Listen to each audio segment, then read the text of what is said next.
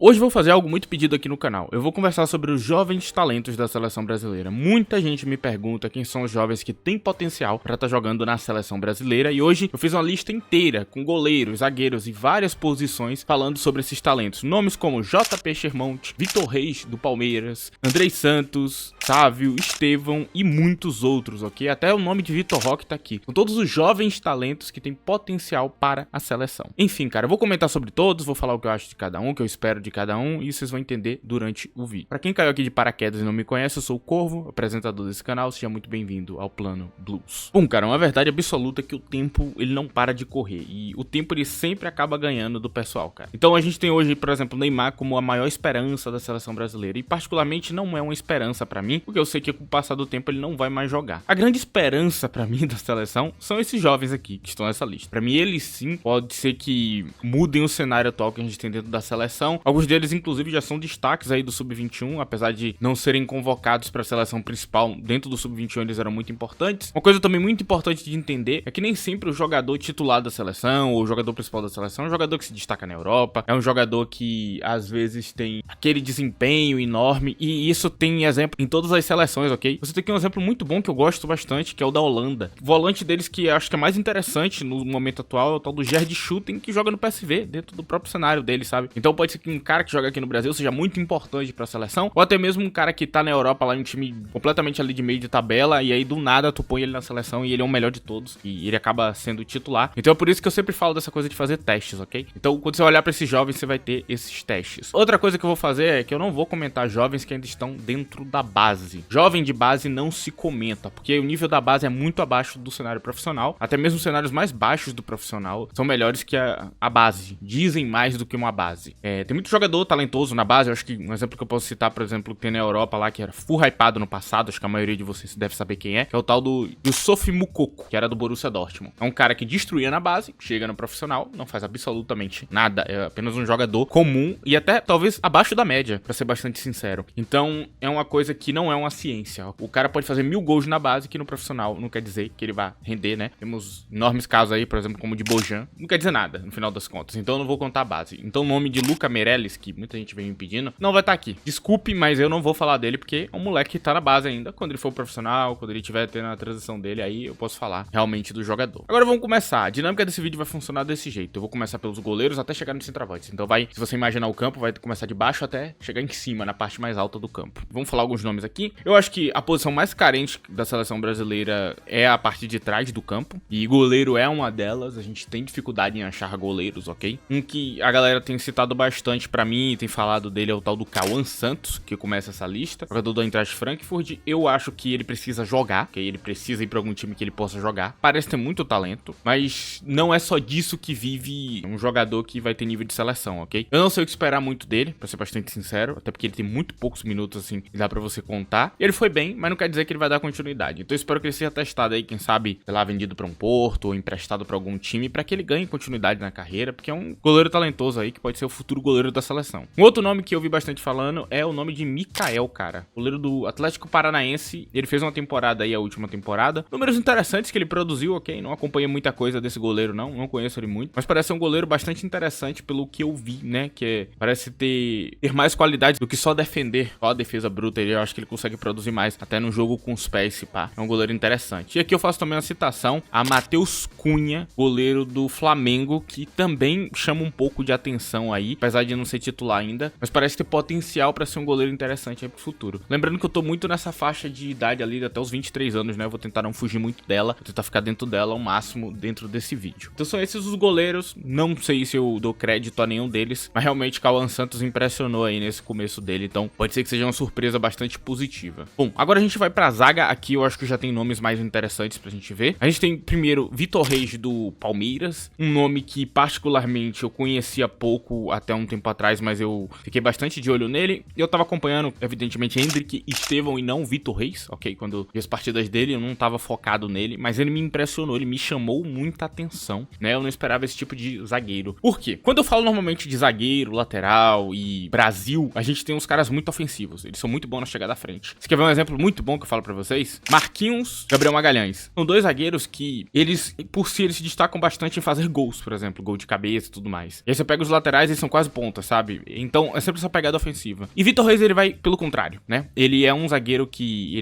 central, muito bem posicionado, parece usar muito bem as características dele. É um cara que ainda tem muito físico pra ganhar e que em campo entrega um perfil completamente difícil de achar na seleção brasileira. É muito interessante isso aqui, cara, porque ele é um zagueiro muito correto. É como se ele fosse o contrário de muito zagueiro brasileiro, que normalmente é inconsistente ali, fica tentando fazer jogada ofensiva, fica tentando pegar mais à frente, driblar e tudo mais. Não, ele não tenta, ele faz o seguro e tudo mais. Parece um cara bastante posicionado ali no que ele tem que entregar em campo. Eu gosto muito dele, ok? Vitor Reis, ele foge muito a idade, ele parece ser bem mais velho do que o que ele realmente é. E aqui eu cito um nome que faz o contrário de Vitor Reis, que é o tal do Murilo. Esse aqui se disposiciona, esse aqui tenta dar uma chegada à frente, tenta fazer gol, é aquele zagueiro mais ofensivo. Inclusive, eu não gosto muito da galera que hypa essa parte de um zagueiro, porque o zagueiro tem que se destacar em outras partes, que é a parte defensiva e não na parte ofensiva. Se você fica impressionado com um zagueiro que sai cortando todo mundo, driblando e chega pra dar chute a gol, eu quero que você entenda que quando ele faz isso, ele deixa um buraco lá atrás. Sim, ele tem que ter essa disciplina de posicionamento. E Murilo, ele faz isso, o treinador já entendeu que ele tem potencial pra isso e dá liberdade pra que ele faça isso. Você tem que entender que o zagueiro é o último homem que o cara vai enfrentar. Se der errado a jogada dele, pode dar uma cagada federal e acabar gerando um problema. Por isso meu hype em Murilo, ele é bem mais baixo, porque eu entendo que, apesar da parte positiva, ele tem alguns defeitos sim, cara, como jogador. E hoje Murilo, ele virou meio que um símbolo, assim, da galera, que eles tentam defender ele a todo custo, e é um pouco estranho até, cara, porque é um zagueiro jovem, óbvio que ele vai errar. É um jogador bom, é um jogador que eu acho interessante, muito bom fisicamente, principalmente, né, ele é um cara com boas características físicas, acho que nenhum jogador fica muito pra trás dele, ele é rápido, um cara com muita técnica, e que eu espero bastante no futuro que, se ele se desenvolver bem, ele venha se tornar um jogador interessante pra seleção brasileira, ok? Então Murilo, ele tá aqui exatamente por causa disso, cara, porque ele é um jogador interessante, e com certeza vai fazer parte dos próximos ciclos, mas não esperem nenhum craque, nem nada super impressionante como a galera vem pintando nos últimos tempos, eu acho bastante exagerado. Eu espero mais segurança de Vitor Reis mesmo. Se for alguém pra assumir a zaga ali, pra ser uma figura que traga segurança ali pra gente ter uma defesa sólida, é Vitor Reis e não Murilo. E por último, nós temos o tal do Beraldo. O Beraldo não tem esses problemas de posicionamento, tem bastante técnica, né? Mas o maior destaque de Beraldo é a construção das coisas. Ele é um excelente passador, ele é um jogador bastante impressionante pra idade, ele não parece ser tão bom. E é um jogador que normalmente é citado de maneira bastante negativa hoje em dia, o que não faz muito sentido. As convocações dele eu não sinto que ele foi mal, em primeiro lugar. E jogar no Paris Saint-Germain não é nenhum demérito, cara. E principalmente quando ele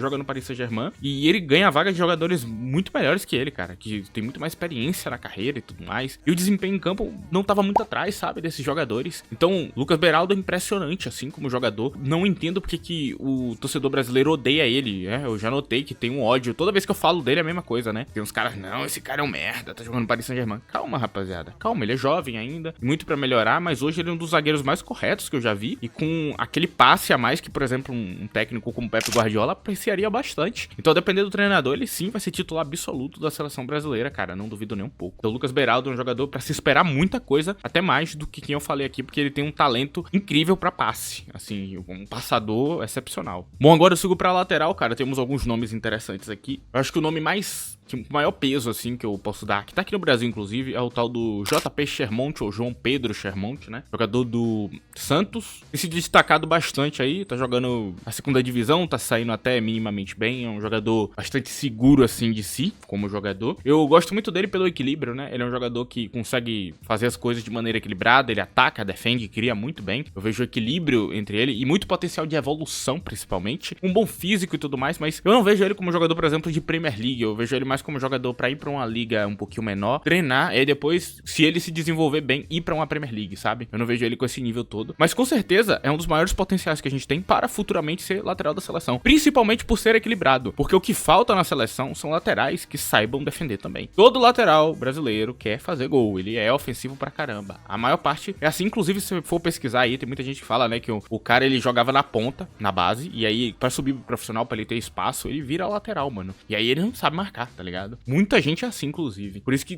tem tanto lateral ruim, tá ligado? Tem várias posições de campo que são assim, cara. O cara, ele começa jogando X, e aí pra que falta no profissional, ele vai pra uma parte mais baixa do campo, e ele começa a jogar de volante, sei lá, por exemplo. Acontece bastante. E aqui a gente tem o nome de Vinícius Tobias, estava emprestado ao Real Madrid Castilha. Ele, como jogador, eu achei interessante. É um também que tem uma vertente mais ofensiva, né, como a maioria dos jogadores brasileiros, mas que eu acho que tem potencial pra desenvolver a parte defensiva também, cara. Ele é jogador do Shakhtar Donetsk, o que pra muita gente pode ser que seja algo negativo, mas não é. Porque no Shakhtar, talvez ele seja bem treinado na parte defensiva, cara. E aí a gente tem um lateral que consiga marcar também. É algo que, eu volto a falar, muito em falta. Quando você vai pesquisar os nomes pra lateral, você vê que falta bastante. Então o nome aí pra vocês ficarem de olho. Vi pouca coisa de Vinícius Tobias, pouquíssima coisa, mas eu gostei do que eu vi. Eu acho que tem um potencial legal aí pela frente. O último que eu cito da lateral é Jan Couto, do Borussia Dortmund, ex-Girona e tudo mais, é do grupo City. É um jogador interessante. Esse aqui foi um dos que eu mais acompanhei aqui da lista. E, cara, o que eu falo de Jan Couto é que ele é tipo um ponta na lateral, cara. Ele não sabe marcar, ele não sabe. Assim, é muito fraco em marcação e eu não espero que ele vai melhorar, não. Eu acho que ele vai ser esse jogador. Se a gente for pra um ciclo de um treinador que usa ala, né, que usa um 3-5-2, 3-4-3, aí a gente pode pensar no Jan Couto, tá ligado? Como a figura ali pra jogar na ala e tudo mais. Mas sem um treinador desse tipo, eu acho que é impossível usar ele e ter alguma segurança, sabe? A não ser que seja um treinador que usa lateral ofensivo pra caramba, um lateral de sobreposição. Mas é difícil, cara, é difícil, é muito desequilíbrio, assim. Ele é muito bom em produzir lances ofensivos, mas pra que a gente precisa disso, cara? A gente tem um monte de ponta bom, velho, tipo Rafinha, Savinho, Vinícius Júnior. Esse cara já sabe produzir pra caramba, pra que um lateral ali junto com ele, sabe? É isso que eu penso de Jan Couto. Então, apesar do grande potencial dele como jogador, eu não espero que ele faça parte do ciclo, não, porque ele não tem o que falta, né? Que ele não traz o equilíbrio em campo. Mas eu precisava citar ele aqui porque ele é um nome muito falado, né? Muito pedido, inclusive aqui no canal, a galera fala bastante dele. Enfim, cara, aqui eu vou seguir pro meio de campo, temos vários nomes interessantes aqui, mas eu vou ficar em alguns que eu acho que já tem um destaque atual. Vou citar primeiro o Gabriel Moscardo do Corinthians, né? Ex-Corinthians. E também foi contratado pelo Paris Saint-Germain, né? É um que é bastante defensivo. Se você quiser um homão ali no meio de campo, dando pernada nos outros, tem ele. Tem uma galerinha nessa vibe aí. Okay? Tem o tal do Vinícius Souza também. Tava jogando a Premier League até outro dia. Também é nessa vibe. Tem um monte de cara assim, por aí, espalhado de primeiro volante. Os caras da pernada. É quase um zagueiro como volante. Ele entra nessa lista, só que ele também tem muito talento em outras partes ali do campo e que ele pode desenvolver com o passar do tempo. Tá na Europa é muito bom pra ele por causa disso, né? Ele já vai poder desenvolver as outras partes de campo e trazer um equilíbrio maior. É um potencial jogador pra estar na seleção. Eu vejo potencial nele pra isso, ok? Mas ele não é o destaque daqui. Aqui eu cito o nome de João Gomes, um dos mais perguntados aqui do canal, como jovem e tudo mais. Explicar pra você como funciona João Gomes. João Gomes Lore aqui, pra você. Eu vou ter que explicar, mano. E você, torcedor do Flamengo, não comente. Não comente, eu não me importo com a sua opinião. Ah, é o Pitbull. Não venha defender esse jogador aqui. Eu conheço ele, eu assisto ele na Premier League direto. Não preciso de uma opinião enviesada de clubista. Deixo isso claro aqui pra vocês. Agora, seguindo pra João Gomes, ele é um jogador que, sem a bola, ele é muito bom. Eu acho que um dos melhores que eu já vi. Quando não tem a bola e você precisa recuperar, ter esse cara em campo é uma garantia de que você vai ter um Pitbull ali pra buscar a bola. Agora, quando você tem bola no pé, quando você domina a partida, João Gomes é um jogador que eu me questiono bastante. Assim, é muito comum você ver João Gomes roubar uma bola impossível e em seguida ele fazer um passe podre. Então é complicado. É um jogador que é feito pra jogar sem posse, que é feito pra jogar em contra-ataque, que é feito pra jogar em jogada rápida ali, fazer um gol, mas não é feito pra ser um segundo volante titular de seleção. Eu espero que tenha ficado claro pros torcedores que ficam pedindo esse jogador e pra galera que tá defendendo ele, muitos flamenguistas inclusive, né, que vieram reclamar porque eu critiquei ele quando ele foi convocado, como se ele ainda jogasse no Flamengo, né, é uma parada que bugou muito a minha mente, porque ele tava há um tempão já no Wolves, né, eu acompanho ele toda semana praticamente, então, what the fuck. O que eu posso dizer é que o problema é esse, cara. Quando ele aprender a jogar com posse, ser o cara que domina e tá com a bola no pé e construir o jogo, mas a partir da perspectiva de quem domina a partida, aí ele pode ir pra seleção. Até lá, pra mim, não é uma convocação que faça sentido. Eu acho que até Fred, que atualmente tá no Fenerbahçe, faz mais sentido que João Gomes. Eu tô sendo duro aqui com ele porque é fato, ok? Eu não vou ficar mentindo pra vocês. Agora, o outro brasileiro que tá no Wolves, André do Fluminense, cara. Eu amo esse cara, mano. Eu acho ele muito bom. Assim, o que ele faz em campo é muito interessante. Ele é um camisa 5, né? Ele é aquele cara que se junta quase que a linha de marcação ali na construção do jogo. Aquele primeiro volante bem fixado. Muito bom em distribuir bola e tudo mais, arrumar solução. Esse sabe jogar com a bola no pé. Esse sabe passar bola. Esse sabe jogar bem contra a pressão. Claramente o João Gomes, por já ter mais experiência, vai parecer melhor que ele, mas não é o caso. Eu acho o perfil de André muito mais interessante pra uma seleção, um perfil muito mais em falta do que o perfil de João Gomes. Então eu espero bastante de André. Para os próximos ciclos eu vejo real talento e um jogador que se encaixa com muitos treinadores e com o estilo de jogo que a seleção vai pedir. Agora eu cito pro nome de Andrei Santos. Esse aqui é o maior talento que a gente tem pra volante de todos. E não é porque ele é jogador do Chelsea, pra quem vir falar isso. Não é por esse motivo. Eu tô acompanhando ele já tem desde a época do Vasco. Inclusive tem um vídeo meu que viu a gente comentar lá, né? Porque o título do vídeo dá a entender uma coisa, a pessoa não assistiu o vídeo e não entendeu. Mas eu sou um defensor de Andrei Santos. Aqui no canal todo mundo sabe disso. Eu peço ele no Chelsea direto. Assim, tem um potencial pra estar na seleção esse cara. Ele tem liderança. Ele era protagonista do Sub do Brasil. Ele é um cara que não sente os jogos. Ele é um cara que tá com desempenho parecido com o de jogadores muito mais caros que ele, ok? Dentro da Ligue 1 atualmente. E ele tá voando. Ele é o melhor jogador. Dá pra dizer que ele é o melhor jogador do Estrasburgo atualmente. Joga muita bola esse moleque. Ele é especial. Ele é um cara que pode ser primeiro e segundo volante. Tem muita qualidade. Tem chegada à frente. Tem distribuição de bola. Tem jogo de contrapressão. Dribla. Faz faz tudo. Esse moleque é muito bom, cara. Ele parece muito um João Neves da vida, que atualmente é titular do Paris Saint-Germain, cara. Sério, eu tiro o chapéu pro Andrei Santos. Ele tem que estar nos próximos ciclos. A galera tá falando muito de Estevão, tá falando muito de jogadores do ataque, mas às vezes tá faltando meia, tá faltando um volante bom. E, mano, tem esse moleque aí que tá voando, cara.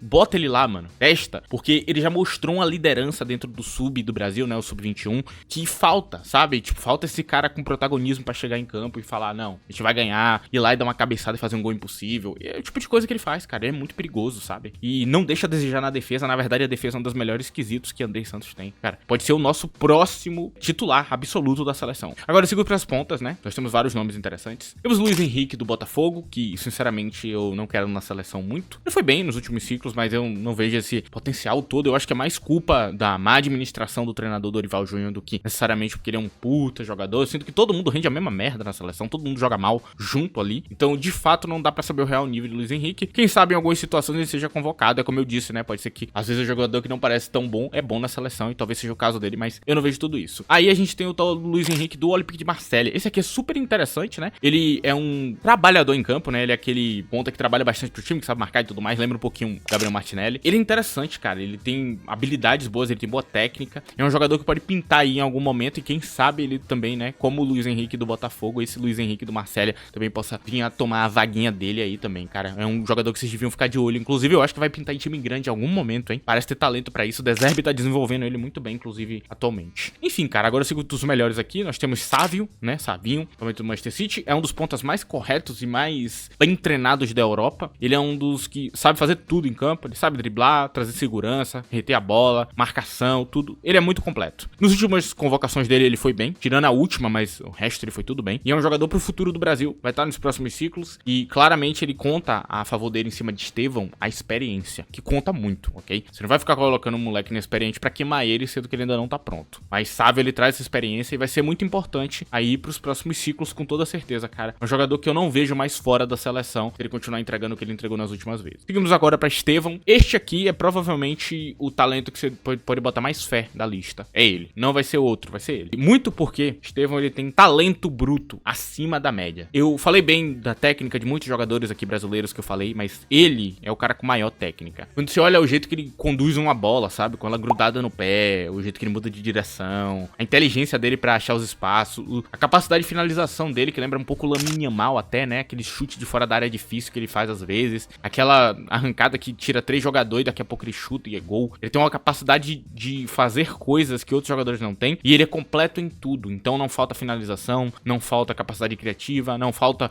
vários quesitos. Eu acho que ele só precisa treinar um pouco o físico e a defesa, né? Porque na Europa vai ser cobrado que ele marque bem. Então vai ser o grande desafio dele, mas eu acho que ele tem potencial pra tal também, ok? Eu acho que não vai faltar tanto nele, não. Eu acho que é uma questão só de tempo. Então o maior talento dessa lista é ele. Pode depositar sua fé nele depois de Neymar, em Estevão William. Pra mim ele é o maior talento que a gente tem hoje. Agora vamos pra última posição. Acho que todo mundo deve estar em dúvida, né? Centroavantes, cara. E eu vou começar com um nome aqui que é uma máquina de passar vergonha. Yuri Alberto, cara. Sim, ele mesmo. Acho que esse aqui é o nome mais perguntado no meu canal. E ele fez uma última temporada muito boa, né? Em comparação ao resto. Mas, cara, Yuri Alberto está para Gallagher, assim como Gallagher não está para a técnica. Ambos são rústicos, assim, cara. São homens das cavernas com a bola, tá ligado? Eles são, sei lá, mano. É difícil até de explicar, mano. Não tem técnica nenhuma, cara. Yuri Alberto, Gallagher e alguns outros jogadores, eles não têm técnica, velho. Eles são jogadores crus, assim. E às vezes dá um drible, assim, você fica impressionado, mas, cara, a técnica no geral é bem feinha. E é por isso que ele é tão mal visto, sabe? Yuri Alberto é mal visto por causa disso. Só que ele tem saído bem nos últimos tempos, cara. Ele tem sido um jogador interessante aí dentro do Brasileirão e tudo mais. Mas ainda é um jogador falho, não é um jogador dos sonhos. Mas se tiver em boa fase, por que não convocar? Por que não testar, né? Eu acho que vale a pena, ok?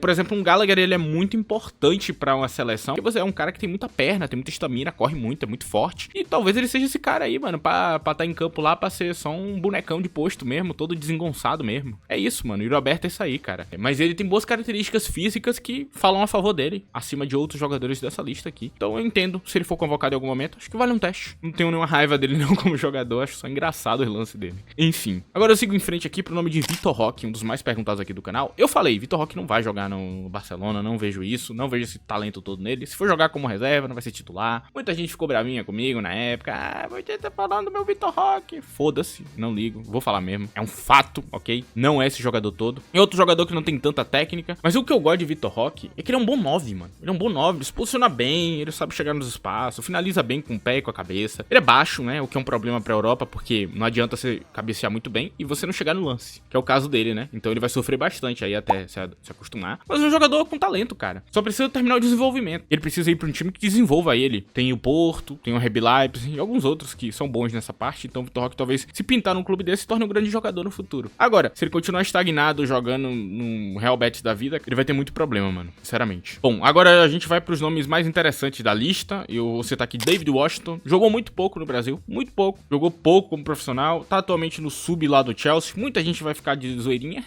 Só que, cara, assim, pra quem acompanha um pouco mais a fundo, é um cara que brinca com os moleques ali da base do Chelsea. Ele tá muito acima. Muito, muito acima. É um jogador muito talentoso. Um dos mais completos aqui da lista. Inclusive entra na parada que eu falei de Yuri Alberto. As características físicas falam muito a favor dele. E, possivelmente, se você contar essa parte, ele talvez seja o que mais se encaixa pro próximo ciclo. Eu ainda vejo muito potencial nesse moleque. Eu continuo com esse discurso. Eu vou continuar até o fim. Eu acho que ele é um talento daqueles. E o Chelsea vai acabar perdendo, é claro. E alguém vai acabar recuperando aí. E aproveitando ele como jogador, tá ligado? Eu acho que eu vejo um talento, assim, incrível nesse jogador. Muito mesmo, assim. É um jogador muito, muito bom. Possivelmente aí, talvez seja um 9 da seleção. Eu vejo potencial nele pra isso. Até mais que outros que eu citei aqui, como Vitor Roque, por exemplo. Enfim, cara, estamos nos últimos 2 nomes dessa lista, cara. Agora eu cito o Endrick, eu acho que é uma dúvida que todo mundo tem. E Endrick, cara, e o nosso querido Endrickinho? Onde é que ele vai? Cara, assim, sabe por que o Ancelotti não coloca Endrick em campo? Sabe por que ele não bota? Porque ele não é um bom camisa 9. E esse é um problema que as pessoas ainda não entenderam, cara.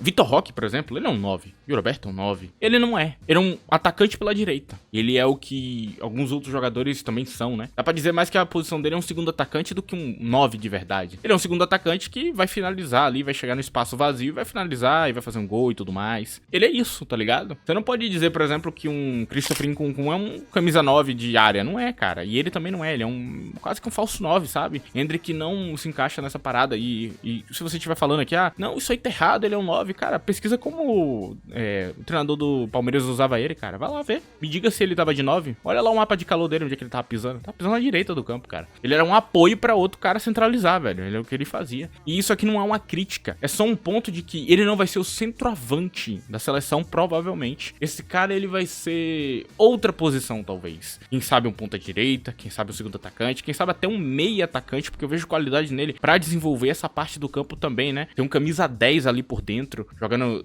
penetrando espaço, atacando espaço vazio pra finalizar. Usando a finalização dele de fora da área, que é tão boa que normalmente você encontra em meia atacante, né? Essa finalização boa de fora da área. Então, o Endrick, ele não é o protagonista e o 9 do Hexa. Eu vejo ele mais como um futuro 10, sabe? Então, não é uma crítica a Endrick, e sim um ponto de que talvez ele ainda não tenha achado a posição correta dele dentro da carreira, ok? Talvez ele venha a mudar de posição, eu vejo potencial nisso. Ou talvez o treinador do Real Madrid consiga treinar ele pra virar um camisa 9. Ele já fez isso com outros jogadores, até o próprio Vinícius Júnior, né? Você viu o que ele fez com o Vinícius Júnior? Ele começou a centralizar, virar meio que um 9 e ele ficou bom. Então pode ser que o treinador Ancelotti consiga ajudar ele nessa parte. Por último, mas não menos importante pra mim, o outro jogador que você deve depositar sua fé no futuro, João Pedro do Brighton. Eu sei, a maioria de vocês não conhece esse cara, que provavelmente acompanha Brasileirão, deve achar que ele é ruim. Só que eu te garanto, mano, não é não, mano. A sensação que eu tenho com o João Pedro é como se ele fosse um Gabriel Jesus Prime, sabe? Lembra Gabriel Jesus que, pô, ele era bom em tudo, menos fazer um gol?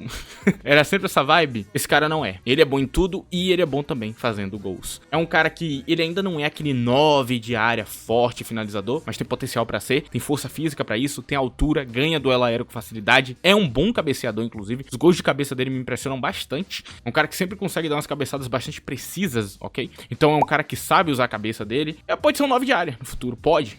Só que ele hoje é um falso 9 e ele tem uma tonelada de técnica. Ele é muito bom em tomar falta, ele é muito bom em tomar pênalti e bater o pênalti também, né? Depois de Neymar, pra mim, é um dos melhores batedores de toda a seleção brasileira. Talvez deveria ser até o batedor oficial, né? Depois de Neymar. E, cara, sinceramente, esse moleque é uma assombração, velho. É tão difícil jogar contra ele, ele é tão inteligente, ele tá tão acima da média. E volto a falar, junto de uma finalização que vai muito além da que Gabriel Jesus entregava. Então é um cara que ainda tem muito pra desenvolver, muito, e tem muito potencial e muito talento pela frente. E, cara, se tem alguém que tem que fazer parte dos próximos ciclos, é esse cara, João Pedro do Brighton. Que cara bom, velho. É muito gostoso de assistir as partidas dele, cara. Se você tiver a oportunidade de assistir o Brighton, faça. Vá atrás das partidas. Você não vai se arrepender de ver João Pedro jogando em campo. campo. Tipo, dos 9 que a gente tem brasileiro na Premier League, é João Pedro, cara. É o maior hype daqui, pra mim, é ele. Em um ponto de que a gente tá muito bem. E lembrando que ele pode jogar outras posições de campo também, ele também pode ser um camisa 10, se você preferir. Então ele é um cara que abre um leque de versatilidade muito acima da média. Enfim, cara, eu termino essa lista por aqui. Esses foram os nomes, as minhas opiniões sobre cada um deles, pra quem tava se questionando. Eu pergunto a você agora, quem são os jovens que eu deixei de fora? Fala aí nos comentários, também comenta dos jovens que eu falei aqui neste vídeo. Você tem alguma coisa a agregar ao que eu falei, alguma informação extra? Enfim, rapaziada, pro vídeo de hoje é isso. Eu espero que você tenha gostado. E se você gostou, já sabe o que fazer. Não esqueça de deixar o like. Gostou mais ainda? Compartilhe esse vídeo com um amigo seu. E você aí que também for comentar agora, não esquece que aí do lado tem a aba de hypar o vídeo, né? Que você pode hypar um vídeo aí e mandar ele mais pra frente. É uma forma também que você tem de ajudar o canal. Muito obrigado a presença de todos vocês. É isso. Tchau.